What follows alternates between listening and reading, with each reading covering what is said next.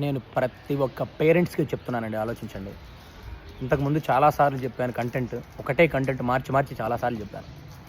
మీ చిన్న పిల్లలు, చిన్నారులకి పిచ్చి పిచ్చి జంక్డ్ ఫుడ్స్ అలవాటు చేయవాకండి. అది వాళ్ళ హెల్త్ పైన చాలా అంటే చాలా ప్రభావం చూపిస్తుంది లాంగ్ టర్మ్‌లో. ఎందుకంటే చిన్నప్పుడు బాల్యంలో మీరు ఏ ఫుడ్ అయితే పెడతారో అదే వాళ్ళ జీవితాంతం వాళ్ళ బాడీలో స్ట్రాంగ్‌నెస్‌ని పెంచుతుంది. ఇమ్యూనిటీని పెంచుతుంది. స్ట్రాంగ్‌నెస్‌ని పెంచుతుంది.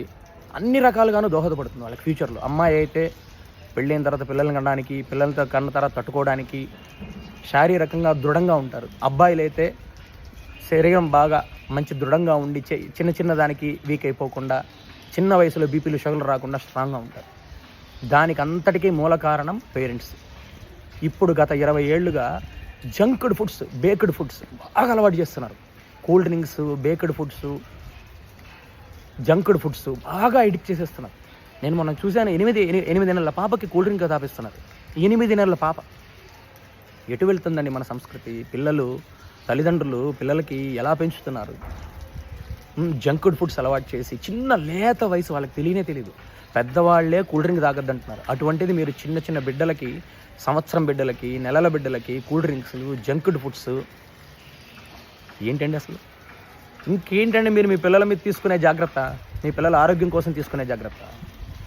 మీరే వాళ్ళ ఆరోగ్యాన్ని నాశనం చేస్తున్నారు. మీరే వాళ్ళ ఆరోగ్యం పట్ల జాగ్రత్త వహించకుండా వాళ్ళ బంగారు భవిష్యత్తును నాశనం చేస్తున్నారు. ఎవ్రీ పేరెంట్ ఆలోచించండి. Junked foods, baked foods, cool drinks ఇవన్నీ మీ చిన్నారులకు పెట్టకండి. మంచి హెల్తీ ఫుడ్ పెట్టండి.